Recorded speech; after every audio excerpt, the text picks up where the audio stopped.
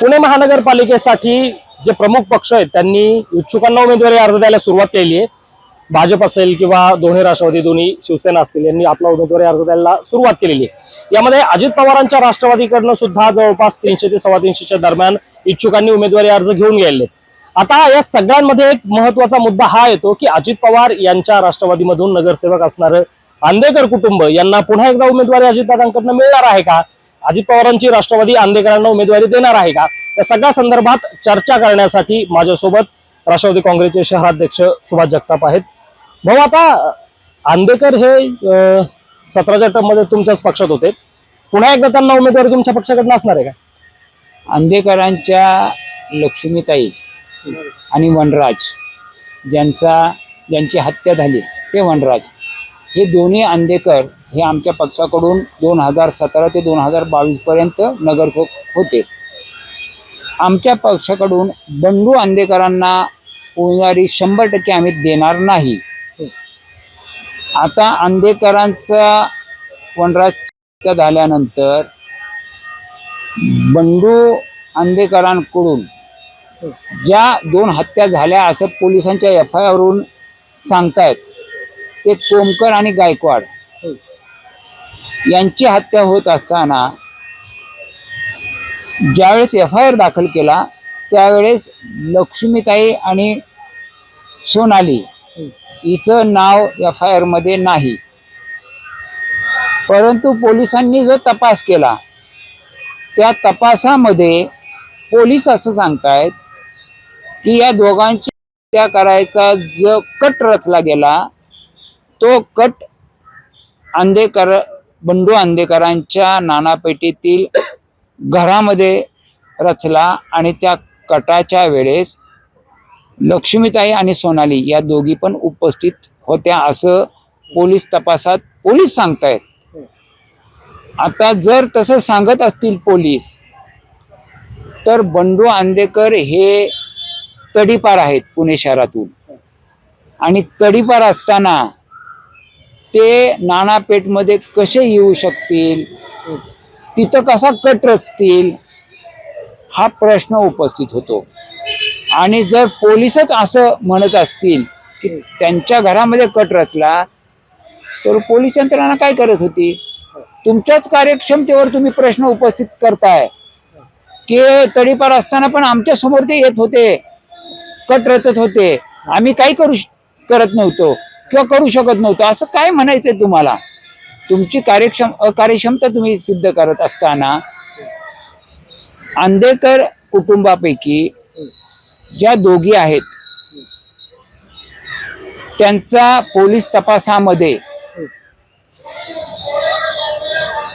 त्या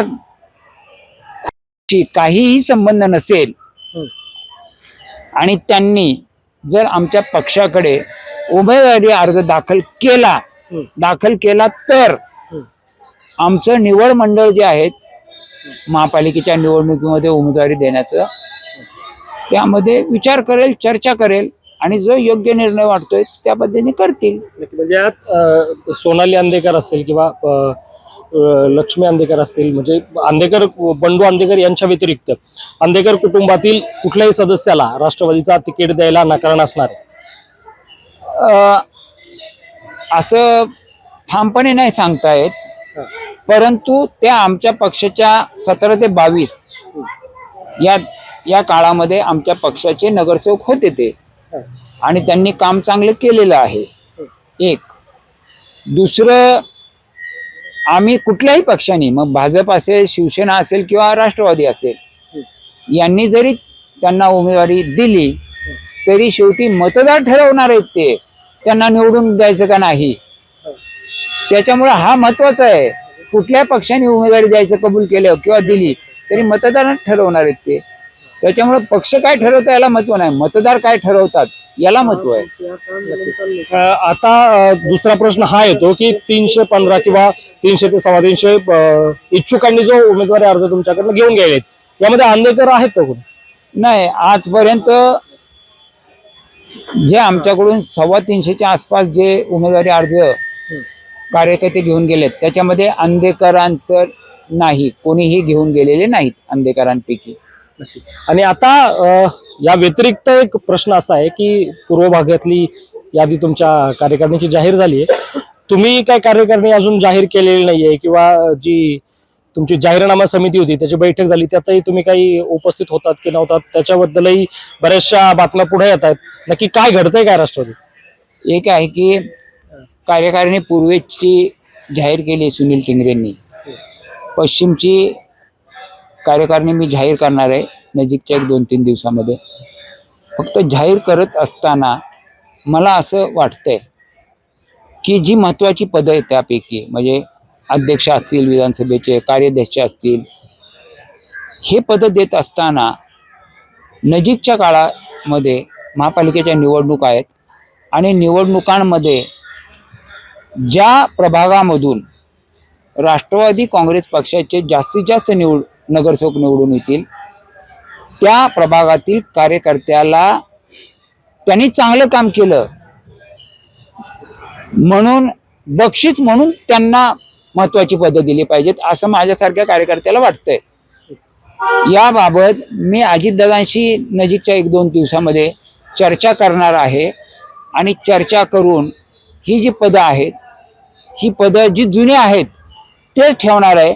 परंतु महापालिकेच्या निवडणुकीनंतर मात्र तिथं बदल झालेले तुम्हाला दिसतील.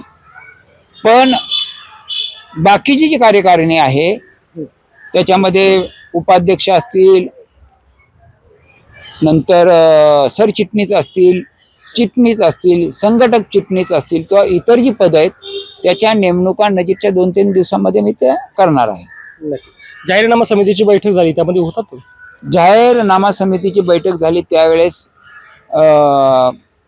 आमदार सुनील कांबळे जे आहेत त्यांच्या ज्या भगिनी आहेत हनवते त्यांचं निधन झालं होतं आणि त्यावेळेस धनकवडी स्मशानभूमीमध्ये मग नेमकं त्याच टायमिंगला त्यांचा अंत्यविधी होता. त्याच्यामुळे मी तिथं उपस्थित होतो. त्यामुळे त्यावेळेस मी येऊ शकलो नाही. परंतु मी 3:15-3:30च्या दरम्यान आलो, पक्ष कार्यालयात आलो तर ही मीटिंग नुकतीच संपली होती. पण मीटिंग संपल्यानंतर माझी आणि राजलक्ष्मी भोसले, सुनील टिंगरे, प्रदीप देशमुख यांची चर्चा झाली. ते म्हणले आज फक्त आपण टेंटेटिव्हलीच फक्त काय असायला हवंय, कोण कोण असायला हवं अशी चर्चा झाली. बाकी काय चर्चा महत्वाची चर्चा झाली नाही असं त्यांनी मला सांगितलेलं. नक्कीच. हे होते राष्ट्रवादी काँग्रेसचे शहराध्यक्ष सुभाष जगताप. बंडू आंदेकर यांना जरी आमच्या पक्षाकडून तिकीट देणार नसला असं आम्ही ठामपणे सांगू शकत असलो तरी आंदेकर यांच्या कुटुंबामधील इतर कोणी सदस्य जर राष्ट्रवादी काँग्रेसकडे उमेदवारी मागण्यासाठी आले तर त्यावर योग्य निर्णय घेतला जाईल. त्यामुळे आम्ही आता बंडू आंदेकर यांच्या व्यतिरिक्त कुठल्याही आंदेकराला तिकीट देणार नाही असं ठामपणे सांगत नाहीत. त्यामुळे जर आंदेकरांपैकी कोणीही राष्ट्रवादी काँग्रेसकडे आलं आणि त्यांनी उमेदवारी मागितली तर त्यावर विचार होईल. कारण 17 ते 22 मध्ये आंदेकरांनी नगरसेवक म्हणून चांगलं काम केलं असल्याचं शहराध्यक्ष सुभाष जगताप म्हणाले. Abhijit Darade, Maharashtra time online, Pune.